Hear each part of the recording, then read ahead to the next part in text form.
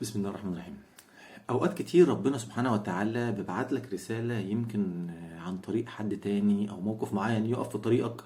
رسالة ربنا سبحانه وتعالى عايز يوصل لك بيها حاجة معينة او يعلمك حاجة، ويبعتها لك عن طريق الشخص ده اللي هو بيقع في طريقك اصلا عن طريق الصدفة المحضة. انت ممكن اصلا انت ما تعرفوش ولا اصلا كان ليك علاقة بيه قبل كده، وفي الاخر الراجل ده يحطك على طريق او ينبهك لفكرة كده انت اصلا مش واخد بالك منها او نسيها في سرعة الحياة والدنيا اللي احنا عاملينها. زي الموقف اللي حصل لي مع الراجل البسيط اللي هحكي لكم عنه دلوقتي، موقف والله العظيم في منتهى الغرابه. حصل لي مع راجل بسيط كده، وقال لي فيه كلام وعمل حاجه والله العظيم يصعب على ناس كتيره فهمه، ويصعب على ناس كتيره انها تعمل اللي هو عمله ولا اللي هو قاله، حتى مهما كانت الناس دي على درجه كبيره من العلم والدراسه والثقافه والذكاء. لان الراجل ببساطه اختزل الدنيا كلها ملخصها في كلمتين قالهم لي وانا قاعد بتحاور معاه.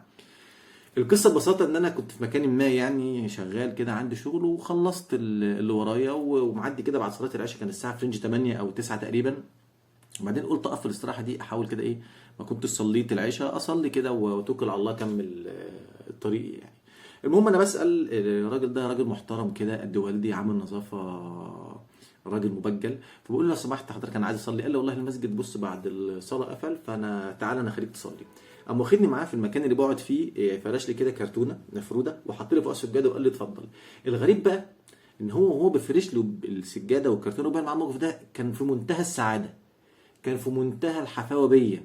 انا ما كنتش عارف بصراحه هل هو عايز مني حاجه يعني ولا عايز ايه. ما شاء الله يعني الترحاب بتاعه راجل بشوش جدا، بجد حاجه تشرح القلب ويدخل قلبك على طول. المهم ربنا كرمني بفضل الله سبحانه وتعالى، وخلصت صلاه وراح اشكره. فلميت السجاده ولا حاجه، بقول له انا بشكرك والله جدا ليك، ولو حضرتك محتاج حاجه ولا كده. قال لي يا ابني انا اللي بشكرك. انا بصراحه خدت الكلمه دي واتصدمت. انت بتشكرني انا؟ بتشكرني انا؟ ده انت اللي خدمتني. قال لي لا، ازاي ما اشكركش وانت كنت السبب في موقف افضل اقف فيه قدام ربنا سبحانه وتعالى وابقى ذكر ليا يوم القيامه. والله العظيم انا الموقف ده والراجل ده هو بيحكي لي الكلام ده، انا تقريبا قعدت كده استغربت واندهشت اندهاش كبير جدا. الراجل ببساطه لخص لك انت اصلا في الدنيا ليه، انت اصلا موجود عشان تبص على الاخره مش عشان تبص على الدنيا. وقعدت افتكر ان اسباب تعبنا كلنا وفكرنا المشغول ان احنا باصين انت هتطور نفسك تبقى احسن. ايه معاك؟ عربيه قديمه؟ لا تجيب عربيه احسن. معاكش عربيه؟ طب تجيب عربيه. معاك شقه؟ طب تجيب شقه. طب اسافر واتغرب واعمل كده واعمل كده. عشان اصلا احنا كل منظورنا ان احنا باصين على الدنيا ومش حاطين الاخره في طريقنا. الراجل ده لخص لي الحياه كلها في الجمله اللي قالها لي. موقف انا عايزه اقف بين ايد ربنا سبحانه وتعالى، والموقف ده يبقى ذكر ليا عند ربنا سبحانه وتعالى.